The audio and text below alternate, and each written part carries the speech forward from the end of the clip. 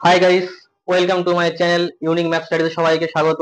ভাই বোনেরা প্রত্যেকে আশা করি ভালো আছো। রাম রাম সবাইকে এবং ভালো থাকবে সবাই। এবং এখানে আজকে আমাদের নতুন টপিক হচ্ছে গিয়ে পরিমিতির গোলক চ্যাপ্টার। ঠিক আছে, তো গোলকের ক্ষেত্রে কিছু সূত্র হয়তো প্রত্যেকেই পড়েছো বা জানো, তো সেটা আমি আর এই ভিডিওর মধ্যে বলবো না, যেহেতু আমি তো ছোট করে ভিডিও করছি, বেশি তো বড় ভিডিও এখন ছাড়ছি না। তো বোর্ডের পরীক্ষা হয়ে গেলে বা টেস্ট হয়ে গেলে হয়তো পুরো টপিক ধরে ধরে আলোচনা করব। তো সেক্ষেত্রে আমাদের এখন সূত্র নিয়ে আলোচনা করছি না, শুধুমাত্র কিছু ইম্পর্টেন্ট কোশ্চেন যেগুলো রয়েছে, শর্ট কোশ্চেন বড় কোশ্চেন মিলিয়ে দুটো পার্ট হবে, দুটো কি তিনটে। ঠিক আছে, তো এটা আমাদের ফার্স্ট পার্ট। ওকে, তো ফার্স্ট পার্টের মধ্যে দু চারটা পড়াবো। যদি ভালো লাগে তাহলে প্রত্যেকে অবশ্যই লাইক সাবস্ক্রাইব করে দেবেন। ঠিক আছে, এবং যদি কোনো প্রবলেম থাকে কমেন্টও করতে পারো। ঠিক আছে, তো ফার্স্ট ফার্স্ট অঙ্ক হচ্ছে গিয়ে, তো ফার্স্ট অঙ্ক, দুটি নেট গোলকের বক্রতলের ক্ষেত্রফল দেওয়া রয়েছে 16:9, তাদের আয়তনের অনুপাত কত হবে? এটা এমসিকিউ কোশ্চেন। ঠিক আছে, তো বেশি বড় করতে হবে না। এখানে দেখো বলেছে বক্রতলের ক্ষেত্রফল। ঠিক আছে, বক্রতলের ক্ষেত্রফল, তো আমরা কি জানি ক্ষেত্রফল মানেই হচ্ছে কি ওটাকে স্কোয়ার করা রয়েছে, এটুকু তো শিওর। দেখো এখানে কিছু দুটো নেট গোলকের বক্রতলের ক্ষেত্রফল। এবারে একটা জিনিস দেখো, যেটা আমাদের বলে বক্রতলের ক্ষেত্রফলের সূত্র হচ্ছে 4πr²। এবার 4πr², এটা হচ্ছে কি বড়টা বড় আর স্কয়ার ধরলাম, ছোটটা ছোট আর স্কয়ার ধরলাম। ঠিক আছে, এখানে দেখো 4π প্রত্যেক ক্ষেত্রে সেম রয়েছে, তো সেক্ষেত্রে 4π নিয়ে মারামারি করবো না, জাস্ট কেটে দাও এখানে। এবার r², এদের অনুপাত কত দেওয়া ছিল 16:9, তা 16:9 দিয়ে রাখলাম। r² ছিল r বাই ছোট আর, মানে ইষ্ট থাকলে এরকম লিখতে পারি। এবার √16/9 করলে কি হবে, r/r 4/3। এত কিছু করতেও লাগে না, একেবারে r/r √ওভার করলে হয়ে যায়, এখান থেকে করলে হয়ে যায়, যেহেতু এমসিকিউ কোশ্চেন। এবার কি বলছে আয়তন বলেছে, আয়তনের ক্ষেত্রে কি সূত্র হবে 4/3 পাই আর কিউব হয়, বড় আর কিউব ইস টু 4/3 পাই ছোট আর কিউব। ওকে, 4/3 প্রত্যেক দেখো 4/3 4/3 কেটে গেল, পাই পাই কেটে গেল, আর কিউব রয়েছে আর কিউব, এখানটা আর কিউব, এখানটা আছে আর কিউব। এর আর এর মান কত ছিল আমার 4/3, তাহলে 4 এর কিউব কত হবে, তাহলে 4 এর কিউব করলে হবে 4 4 16, 4 16 64, আর 3 এর কিউব করলে কত হবে 27 হবে। তো 64 ইস টু 27, তাহলে অ্যান্সার আমার কি হবে, অ্যান্সার হবে 64 ইস টু 27। এটা হচ্ছে আয়তনের অনুপাত। ওকে, আশা করি প্রত্যেকে বুঝতে পেরেছো, অনেকটা সহজে হলো। ভালো লাগলে কমেন্ট করবেন বা লাইক শেয়ার করবেন। তো নেক্সট কোশ্চেন, একটি নিরেট গোলকের বক্ষতলের ক্ষেত্রফল ও 3 গুণ আয়তনের সংখ্যামান সমান হলে। তাহলে এখানে কি বলে দিয়েছে, যে একটা নিরেট গোলক রয়েছে, তাদের বক্ষতলের ক্ষেত্রফলের সঙ্গে তার আয়তনের 3 গুণ সমান হচ্ছে। ঠিক আছে, আর সেক্ষেত্রে আমাদের গোলকটির ব্যাসার্ধ বের করতে হবে, ব্যাসার্ধ জানতে চাইছে। ঠিক আছে, তো যেহেতু আমাদের ব্যাসার্ধ জানতে চাইছে, তো এখানে গোলকটির বক্ষতলের ক্ষেত্রফলের সূত্র কি 4πr²। ঠিক আছে, এবার এর সঙ্গে কি বলছে আয়তনের সংখ্যামান 3 গুণের সমান। আয়তন কি হয় 3 ইন্টু 4/3 পাই আর কিউব। 3 3 কেটে গেল, 4 4 কেটে গেল, পাই পাই কেটে গেল। ওকে, এবার এখানটা কি হয়, এখানটা আর কিউব ছিল, এখানে স্কোয়ার ছিল, তো স্কোয়ারটা পুরো কেটে যাবে, আর এখানটা কি পড়ে থাকবে 3 কেটে যাবে, শুধু আর পড়ে থাকবে। সো আর ইজিক্যাল টু আমার কি হলো 1 হলো, তাহলে ব্যাসার্ধ কত হলো 1 একক। অ্যান্সার শেষ, আশা করি প্রত্যেকে বুঝতে পেরেছেন। নেক্সট অঙ্ক, একটি নিরেট গোলকের বক্ষতলের ক্ষেত্রফল এস। ওকে, গোলকের বক্ষতলের ক্ষেত্রফল এস দিয়েছে, আয়তন দিয়েছে ভি, এবং বলে দিয়েছে s³ বাই ভি স্কয়ার। ঠিক আছে, এর মান কত বের করতে বলেছে।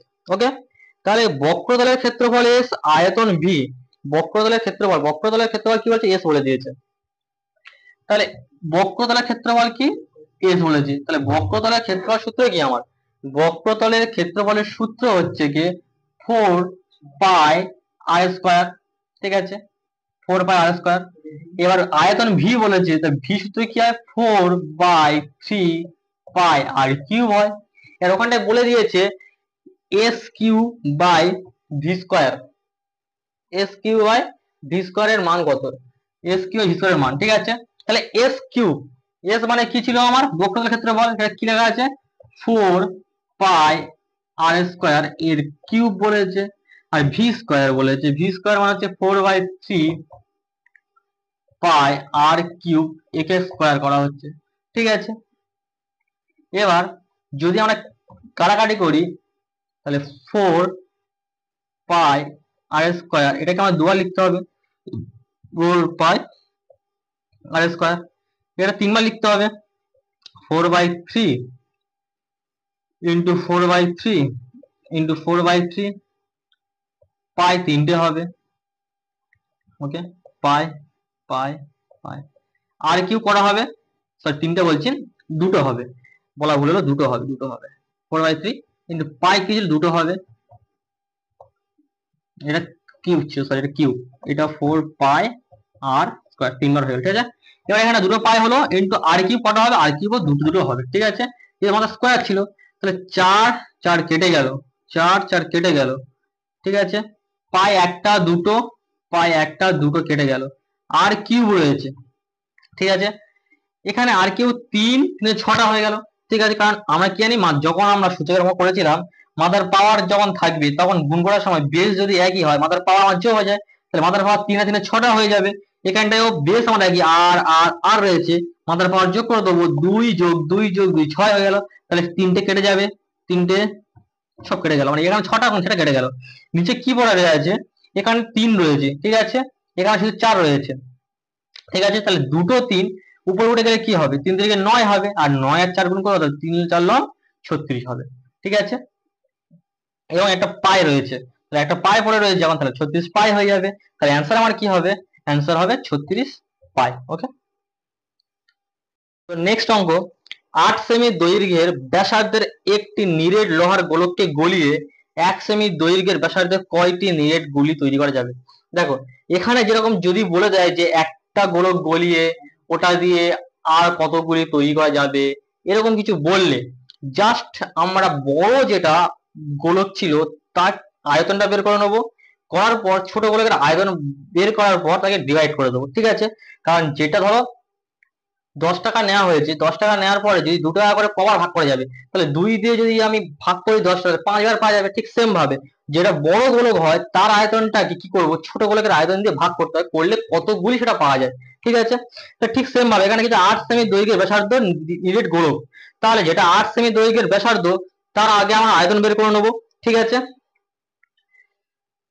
ওকে। তাহলে এখানে 8 সেমি ব্যাসার্ধ বলেছে, তাহলে বড় গোলকের আয়তন, গোলকের বড় গোলকের আয়তন, তাহলে বড় গোলকের আয়তন কি হবে, যেহেতু 8 সেমি ব্যাসার্ধ বলেছে, তাহলে আমার সূত্র কি 4/3 পাই আর কিউ, মানে 8 আর কিউ, এত ঘন সেমি হয়ে গেল, এটা বড় গোলকের। এবার ছোট গোলকের আয়তন কি হবে, ছোট গোলকের আয়তন, ছোট গোলকের আয়তন ক সেমি করে বলেছে, 1 সেমি করে, ঠিক আছে, 1 সেমি করে, তাহলে সূত্র কি হবে 4/3 পাই 1 এর কিউব হয়ে যাবে। এবার কি বললাম, বড় গোলকটাকে কি করব, ছোট গোলক দিয়ে ডিভাইড করে দেবো, তাহলে কতগুলি গুলি পাওয়া যাবে, অতএব গুলি পাওয়া যাবে,